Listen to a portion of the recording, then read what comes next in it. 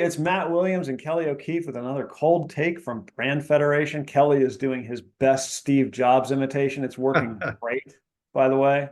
We were just joking before we turned the camera on that I'm feeling a little underdressed. It works for you, Matt. I hope so. It's all I got. Lots going on in the M&A front. Walmart and Vizio, we're seeing Truist spin off their insurance business. But the one we want to talk about is a combination of two brands that you and I have pretty deep knowledge of. And that is the proposed acquisition of Discover Financial by Capital One. As people may or may not know, you've got a history of working with Capital One. I worked with Discover when I was at the Martin Agency for over 10 years. And we're both here in Richmond, Virginia, which is one of the major hubs for Capital One's operations. So we're around that brand all the time. These are two brands that we know pretty well. So we thought we'd give you a little cold take about what we see when we look at that merger. So Kelly, let's start with you.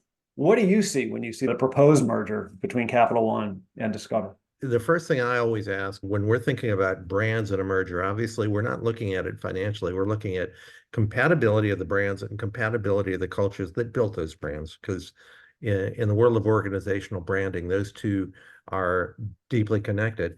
And I think they're pretty compatible, Matt. Both organizations are really challengers to the status quo in the traditional banking and credit card spaces. They both came on the scene and pushed against the norms. They both came on the scene and increasingly democratized access to credit for audiences in some cases that never had access before.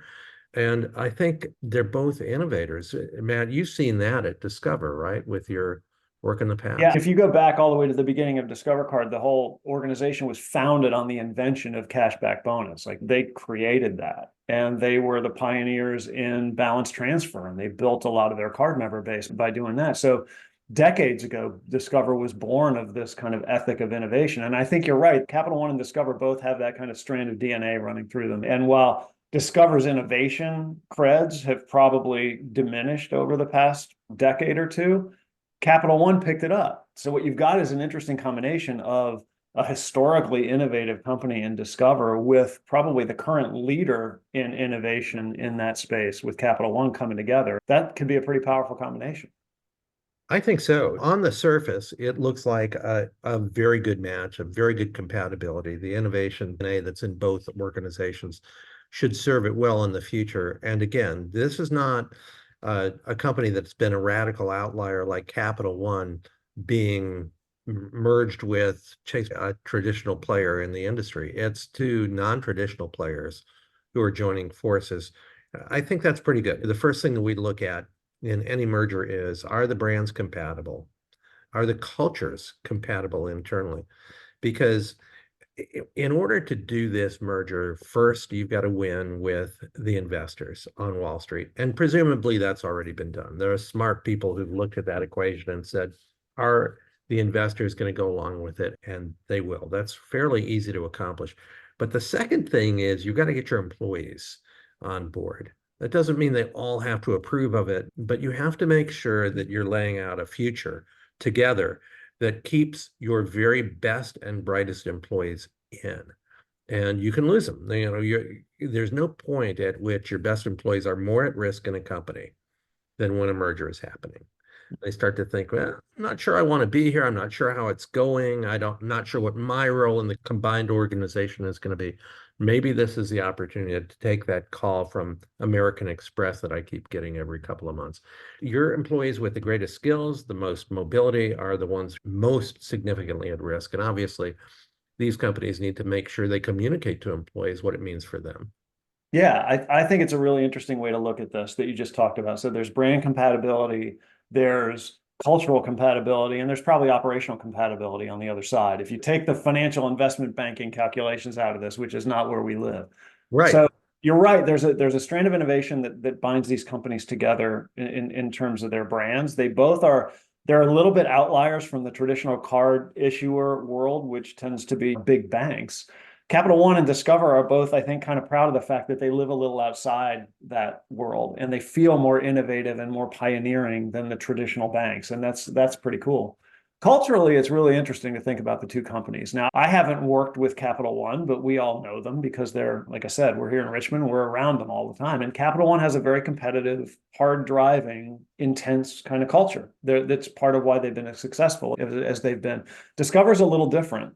Um, they're really proud. The people of Discover are very proud of working at Discover. So when you walk through Riverwoods, which is their headquarters, half the people you pass in the hall will be wearing orange. It's like their team color. They're really proud of working there, but they're not as competitive and intense a culture as Capital One.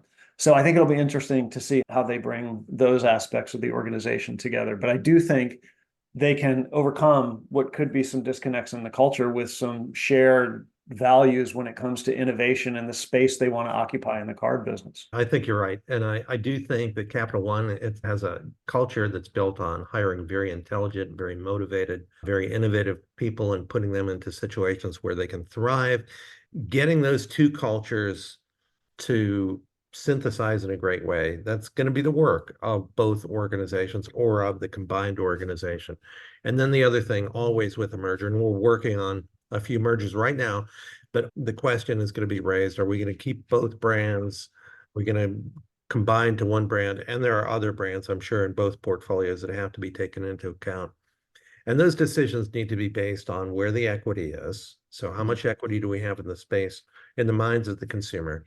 And can we keep that equity with the transition of the brand? If it's going to be problematic to keep that equity with the transition of the brand, it doesn't mean you don't do it, but it may mean that you do it in a very calculated and strategic way. I think one of the great brand transitions that I saw is with Federal Express in the shipping business. They acquired a non-alike entity, Kinkos.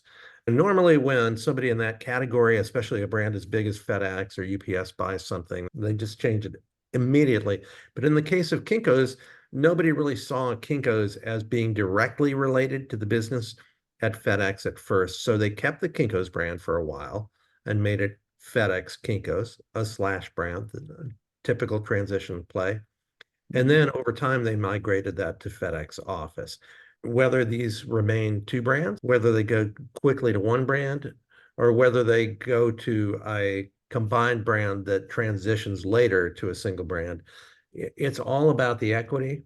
And what you don't want to do is to throw the equity out the window and lose the value that you paid for. Yeah, I think that'll be really interesting to see how that's managed. I think there's an operational consideration that goes into that too, because there's been a lot of talk related to this merger around how will regulators respond, because what Capital One brings is a massive base of cardholders. Discover actually has a lot of cardholders too, but when you put the two together, you're talking about over 300 million cardholders. It's going to be huge, maybe the biggest cardholder population of any issuer in America. Plus, Discover has its own network. Discover is its own payment network, which is not true of Capital One right now. So Capital One has to work through Visa to get their payments done. Cap One buys Discover, they grow a giant base of card members, and they end up with their own network. So that's going to give them massive amounts of power in the category. So I think the operational compatibilities may be really good, but they may be so good that regulators worry about it. We've heard some noise from regulators and from those on Capitol Hill already about the merger. And again, Matt, as you've said before, we don't have the operational expertise. We don't have the regulatory expertise, but we do have expertise on branding. If I was betting man, I'd say the combination will go through. And I think these companies will ultimately have a really strong combination, but they've got to pay attention to those things we've talked about to make sure they get there. Yeah, I think so too. If you bring all the considerations together that we deal in every day, they feel like there are more positives than negatives on the balance sheet of Discover and Capital One that could bring these two companies together in a really, really interesting way. And, Discover's been buffeted by some operational concerns and regulatory concerns that are going to have to get dealt with. But I think bringing a company that's run the way Capital One is into that equation will only help. The operational side and the regulatory side will be interesting to watch. But I think on the brand side, I feel like I got two brands that I pull for coming together Yeah. to what I think could be a really interesting brand. So I'm excited to see what happens. Yeah, this is the kind of combination you want to see where you've got two brands that you pull for similar reasons. and a very traditional business where some of their competitors have been around for, if not decades, centuries, then from a brand point of view, like we don't get to be the regulators, but if we were, thumbs up on this one. Yeah, terrific. Well, it'll be interesting to see what happens. So thanks for joining us for another Brand Federation Cold Take. For Steve Jobs, Kelly O'Keefe, I'm Matt Williams. Thanks for being here, and we'll see y'all soon. See you next time.